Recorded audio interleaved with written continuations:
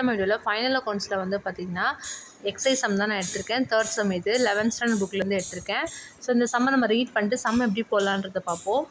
From the following details for the year ended 31st March 2018 prepare trading account அப்படின்னு கொடுத்துருக்காங்க. So இதில் வந்து பார்த்திங்கன்னா என்னென்ன சார்ஜஸ்லாம் கொடுத்துருக்காங்க அப்படின்னு பார்த்தோம்னா, first opening stock, purchase, sales, wages, return outwards, then return inwards, gas, carriage inwards, closing stock கொடுத்துருக்காங்க. ஸோ இதில் வந்து பார்த்திங்கன்னா ஃபஸ்ட்டு ஓப்பனிங் ஸ்டாக், அதாவது லாஸ்ட் இயரோட க்ளோசிங் ஸ்டாக் வந்து பார்த்திங்கன்னா இந்த இயரோட ஓப்பனிங் ஸ்டாக் 2500. ஸோ ட்ரேடிங் அக்கௌண்ட்டோட ஃபார்மேட் வந்து இதுக்கு முன்னாடி வீடியோவில் நான் எக்ஸ்பிளைன் பண்ணியிருப்பேன். இருந்தாலும் இதில் ஒரு ரொட்டீன் நான் சொல்கிறேன். இதில் வந்து பார்த்திங்கன்னா வேறு என்ன சார்ஜஸ் வரும், ஒரு ட்ரேடிங் பண்ணும்போது நம்ம கண்டிப்பாக அதில் பர்ச்சேஸ் பண்ணுவோம். ஸோ பர்ச்சேஸ் வந்து வேல்யூ பார்த்திங்கன்னா 27,000. ரிட்டர்ன் அவுட்வர்ட்ஸ் கொடுத்துருக்காங்க, அதாவது பர்ச்சேஸ் ரிட்டர்ன். ஸோ அந்த வேல்யூ நம்ம லெஸ் பண்ணுறோம் 5200. ஓகேங்களா. ஸோ 27,000 லெஸ் 5200 பண்ணிங்கன்னா 21,800 rupees நமக்கு கிடைக்குது.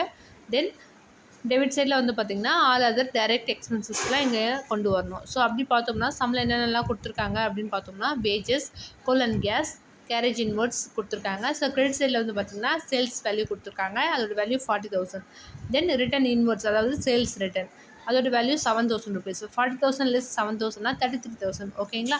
தென் லாஸ்ட் டைம் பார்த்தீங்கன்னா க்ளோசிங் ஸ்டாக் கொடுத்துருக்காங்க, அதோட வேல்யூ வந்து பார்த்திங்கன்னா 5,200 rupees கொடுத்துருக்காங்க. ஸோ இப்போ கிரெடிட் சைடில் ஆட் பண்ணாமல் நமக்கு டோட்டலாக 38,200 rupees கிடைக்குது.